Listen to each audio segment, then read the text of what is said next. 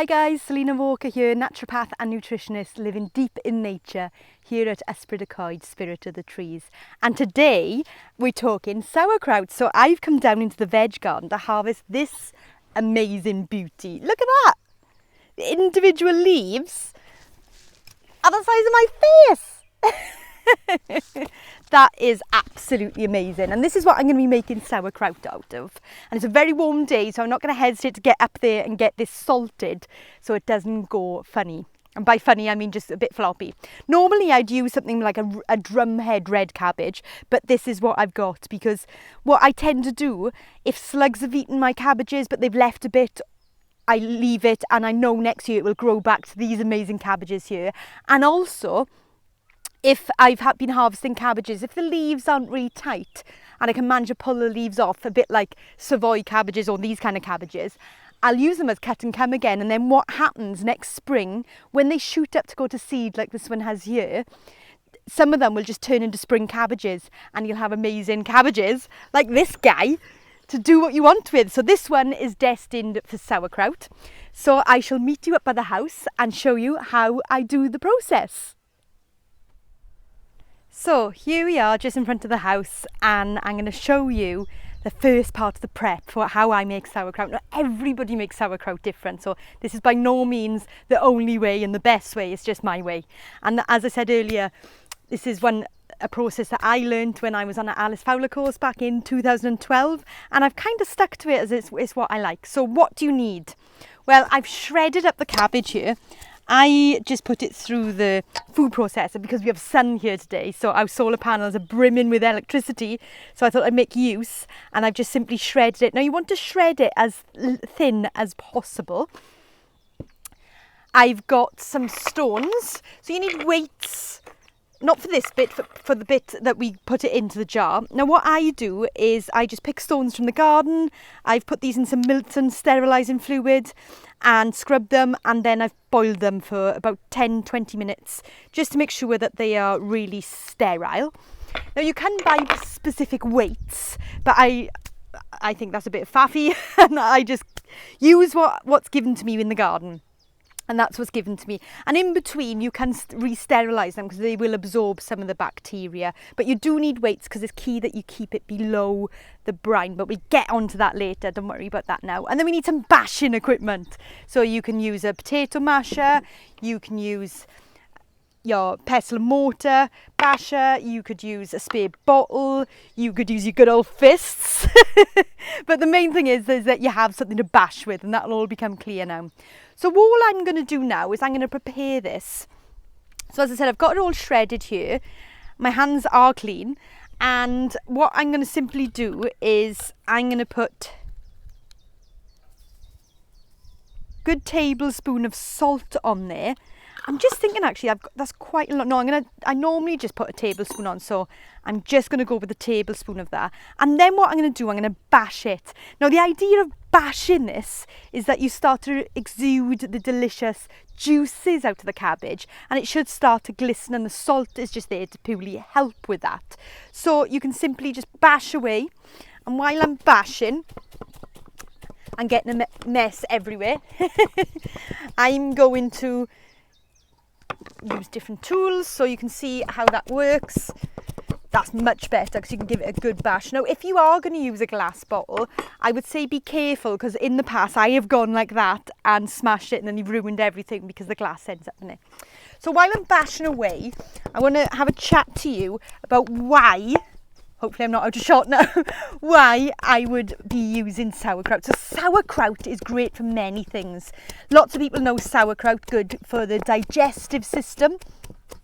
And one of the reasons that is because of the bacteria that's created through the fermentation process. Now, can I remember this? Lactobacilli, I think it's called. You know me, I'm not great with long names, but I think it's lactobacilli is the bacteria that's created. So I'm just keeping bashing this until it starts to glisten. I will stand up and sit down as my arm starts to ache. That's better, that's much better. Hopefully you can see it. So other reasons why sauerkraut is good. So because of that bacteria that's in there, it's really, really good for your digestive system. So what it kind of does is it goes into the digestive system and it feeds the good bacteria. Now, for that reason, you do want to go quite slow with starting to eat sauerkraut. So by that, I mean, start on something as small as a teaspoon or a tablespoon a day and see how you go. Because, I mean, it is delicious. It's not to everyone's flavour, but I absolutely love it. And if you have too much too soon, then what can happen is you can bloat right up, you can get quite farty, because you've created a shitstorm in your gut. And what's happened is the bacteria from this has gone in, and all the natural yeasts have created all the goodness, and then the good bacteria have a bit of a party on it, and then they start to have the energy to beat up the bad bacteria, and they become the World War bacteria in your gut. Now, I always say with bacteria, you get good, so-called good and bad bacteria, but I say the bacteria is as good as bad as the environment it goes into. So, good bacteria is only as good as the environment it's going into, and bad bacteria isn't always bad. It's going to depend on the bacteria that is going in, not the bacteria, the environment, is going into. So the environment is everything. And that's what this starts to do. It starts to feed the right bacteria so it can start to thrive. So I can feel it's getting compressed, so I'm just going to give it a bit of a flip so I can carry on bashing. Now, other things that it's great for is it's got GTF chromium in it. Now, some of you might not have heard of that, and the easiest way of describing what that is it's great for balancing your blood sugar. That's the main one. And because it's good for balancing blood sugar, it can help with things like anxiety, mood swings, that kind of thing. But GTF chromium is one I prescribe to many of my clients if they've got blood sugar issues. And this has got it in. Now, when I'm saying got it in, it's a bit tricky really with fermented foods, because at the end of the day, as I'm making this, it's absorbing bacteria and yeasts that's in the air, and it's going to do the same in the house. And that's one of the reasons I really love it, because you're literally making food from the bacteria that's around you. I'm just going to flip my hair on the back to make sure I don't get hairy sauerkraut. So yeah, that's why it's so great. And for that reason, it ends up being full of B vitamins as well. Now, one of the B vitamins that's a bit controversial, and those of you that follow me know how much I love B12 because it's part of my healing journey as I heal from the autoimmune disease pernicious anemia. So there's a lot of controversy about B12 in sauerkraut, because some people say it's B12 analogues, some people say it's actual B12, and the science isn't specific about what's right and what's wrong. But when I look at studies calling things analogue B12, it used to be that analogue B12s would go in the body and not only not be able to be used as B12, but would stop actual B12 being absorbed. But now they're unsure about that. And my feeling is that it's not going to stop the B12 from being absorbed, and it might actually be usable. Now, because we don't know for certain, what we do know is the bacteria is in the soil, and why can't that go into the vegetables?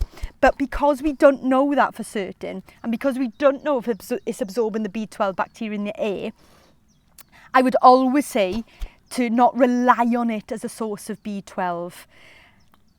And especially if you're plant-based, if you're vegan, I always recommend taking a B12 supplement, as I do particularly recommend a sublingual one under the tongue. Now, other things it's good for is it's full of vitamin C.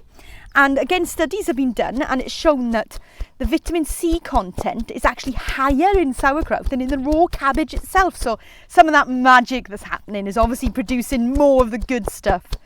So that's starting to glisten now. I don't know whether you'll be able to see this in the camera. If I put it there, it's hard for me to know when I'm doing these videos whether you can see it glistening. But what we're aiming for is to get it glistening. So basically, the reason you want to eat sauerkraut is because it's absolutely delicious. And the other reason is because it's full of nutrients that are great for your digestive system. B vitamins are great for stress. And then you've got GTF, chromium, which is good for blood sugar issues. So for loads of reasons, you want to be getting this stuff into you. Plus, you're going to be eating it raw. So it's adding an extra raw element to your food. And also, we don't consume enough of the sour flavours in our diet, that kind of sauerkraut fermented flavour. So it's great to get group of flavours into you. Right, this is starting to do its stuff now. So all I'm doing here is I'm simply bashing it until it starts to glisten. Now once it starts to glisten, what I'm then aiming to do is just to leave it to do its magic overnight. So what I'm going to do, I've got a wet tea towel here, and I'm simply going to put the tea towel on top. Now if you're anything like me, all your tea towels go one colour, whether you've got black ones or not, because you throw them all in the same wash. My white tea towels never stay white, and my clothes are the same, I always throw them in the same one. So that's why my tea towel is kind of white grey colour. It is clean, I promise you. So after bashing this to the point where you can see it start to glisten, the salt is starting to amalgamate that I've put in there, and it's starting to glisten, I'm simply going to cover it with my damp tea towel. It's key it's damp to keep the moisture there and the salt doing its work and its magic. And I'm simply just going to leave it for a good few hours. You could leave it overnight, or you could simply do it in the morning and then sort it out in the night. So I'll see you in a couple of hours when it's ready to put this into the jar and let the real magic begin. So it's been a couple of hours now, the sun's gone down, it's starting to cool down because it's been a very hot day. So now I'm going to start packing this sauerkraut in there after it's sitting for a good few hours. Now what I'm looking at doing is squishing it in as compressed as possible. You should be able to get twice the amount that looks like could fit in that jar in there by really squishing. Now this jar is a bit harder to get implements into. If you've got a wide mouth jar, it's a lot easier. But you know, this is what I've got, and I've got some tools to help me there. So I'm just going to start squishing, trying to squeeze as much juice out, and roughly every 10 centimetres I'm just going to sprinkle on a teaspoon of salt, and I'm going to have a conversation with you about salt as we go along. So here we go, squishing it in.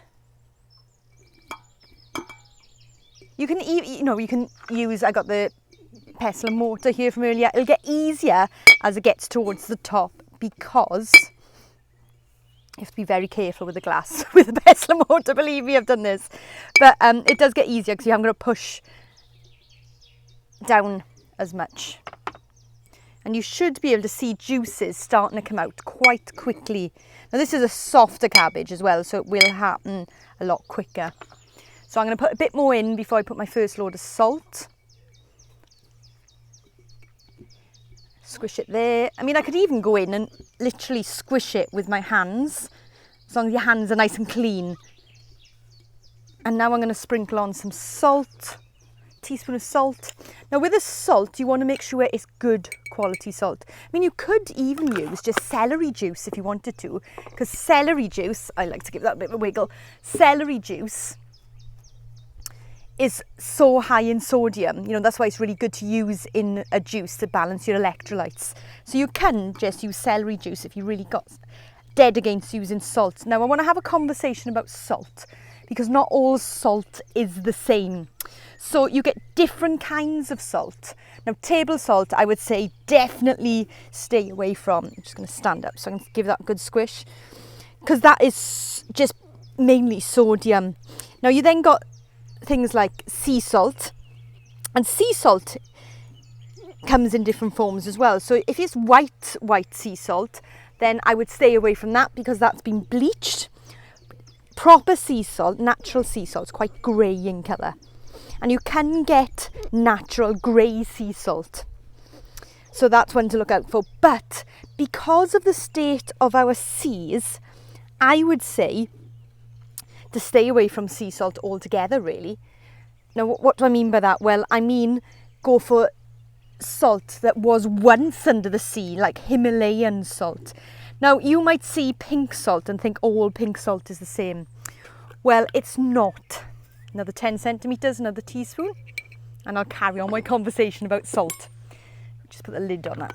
There we go. Squish that round. So, Himalayan salt, you get what's called rock and crystal. Now, I don't need to think that's the different formations as in what it looks like. It means how it's been harvested. So rock salt has been exploded out of the mountain, and because it's exploded out of the mountain, it fractures the crystallized structure, so that structure isn't as available to our bodies So that means the 80 odd plus minerals that are in the actual salt, our bodies can't actually access. So I always recommend the best salt. If people ask me to get, I always say to get Himalayan crystallized salt. So make sure it says crystallized. If it doesn't say crystallized, it's not going to be, because it's a selling point. And if it is, they'll want to put it on there. So definitely look for that, because that is the best quality salt. It's been hand harvested, so not exploded. So that means your body can access all those minerals, and it becomes more like a mineral supplement then, not just a sodium supplement, because that is the issue. The issue isn't the salt, the issue is the form of salt. Now, with a good quality salt such as the Himalayan crystallized salt, why that is so good is because it's got such a balance of minerals that you can access. It's not just sodium. So that is why I would recommend going for that. I mean, in studies where they've compared table salt and the Himalayan crystallized salt, which is what I've got here, the Himalayan crystallized salt actually lowered blood pressure. How amazing is that? And you know, the story we told about salt. But the table salt obviously caused the blood pressure to rise.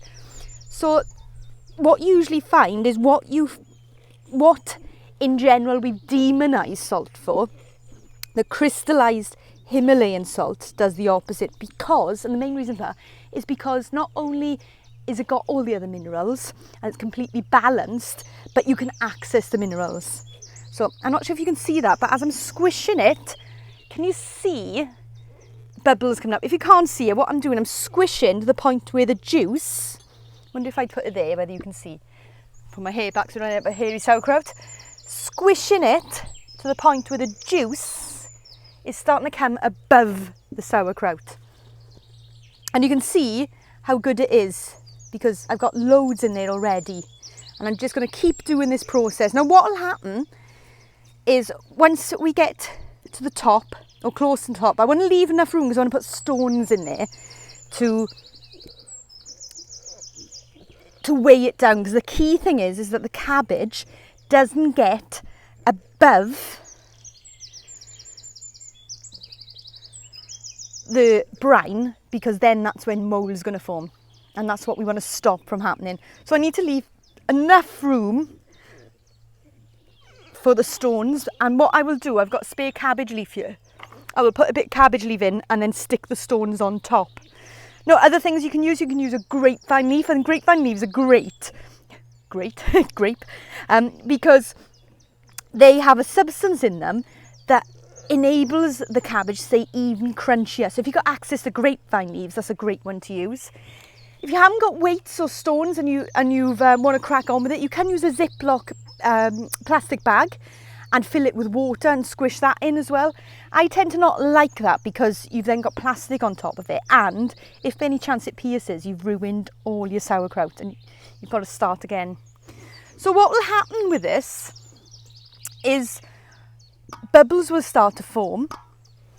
Depending on how warm the place is you're keeping it, bubbles will start to form, and you'll see the bubbles in the juice, and then after a few weeks, the bubbles will stop, and you will notice that the cabbage has absorbed all this amazing juice. And that is kind of an indicator that it's done. Now that, people always say, what temperature should I keep it at, and how long will it take? And I say, well, first of all, they didn't have thermometers years ago, and you can get all anal about it. You can get quite geeky, and if that's you, by all means do that. But that's not me. So I tend to leave it somewhere warm in the house, and I will check on it. And people again always say, well, how long do I leave it? Again, we start using that might be easier. Oh, I can do it now properly. It's going to depend on the temperature of the place. So what I always say is wait until it stopped bubbling and most of the juice has been absorbed, so you can't see much juice in there, and then taste it. Now that can take anything from 3 to 6 weeks really. I tend to taste it after 3 weeks. When you are happy with it, put it in the fridge, because that stops it carrying on fermenting. Now we haven't got a fridge here. Well, we have got a fridge, but we don't often have enough power to power it. I just put it on when we are doing something such as making cakes to sell. So what I'll do is just put this somewhere cool, like we do with our plant-based milks. Just put it somewhere cool. You know, years ago they didn't have fridges and everyone was fermenting then. I'm just checking as we go through this that there's no contamination of anything else into it. There we go. Now, if you find when you're squishing this, because quite a lot of juice is coming out, but sometimes the juice doesn't get over the top, that's what the brine solution is for, because then I can just top it up. Probably going to do one more sprinkle of salt and shake it round, and then one more layer. It's a bit like lasagna making, isn't it? You're layering it all up. Now I've got loads of cabbage left there, so I'm probably going to do another jar, but I will make you guys sit through that. Squish it in. Give it a good squish now as we get to the end. You can probably see the funny faces I'm pulling as I'm really pushing down. Move that to the side, you might even see it better. There we go.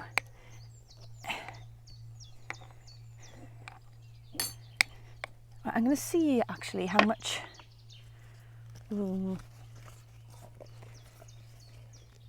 Yeah, I think I'm going to leave it at that because I want to leave enough room for the stones. Now I'm going to use 2 of the stones in this one because I'm going to make another one. I think there's enough there for another one, which is great. So I'm just going to give that a squish, pour some of this on. Now you don't want to pour loads on, just enough so when it's squished, it's just above.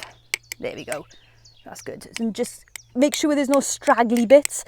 Now sometimes what can happen is mould can form on the cabbage leaf because the cabbage leaf at the one side of it anyway won't necessarily be under the brine. And I do usually find by the next day more brine has formed.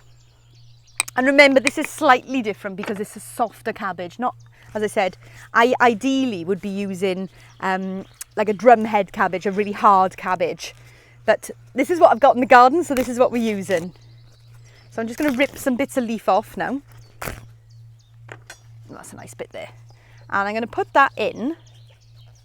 A bit like a lid, really, that's what I'm doing. Putting it around the edge, and then I'm just sitting my stones on top. This is where it gets tricky and why you want a couple of different size stones so you can do this. There we go, that's good. And I'm going to put one more stone on then, right there, for good measure. Perfect. And that's it. That's how sauerkraut made. And I'll simply leave that sit now for between 3 to 6 weeks. Check it after 3 weeks.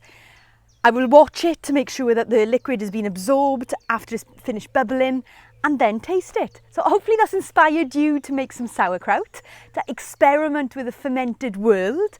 If you've enjoyed this, then please subscribe to my YouTube channel, as it really helps get this wisdom and these ideas out there to other people. And you can also tune in to my website, selinawalker.earth, and sign up to my free newsletter where you'll get hints and tips on how you can create a healthy body, a healthy mind and a healthy planet. I'll see you soon.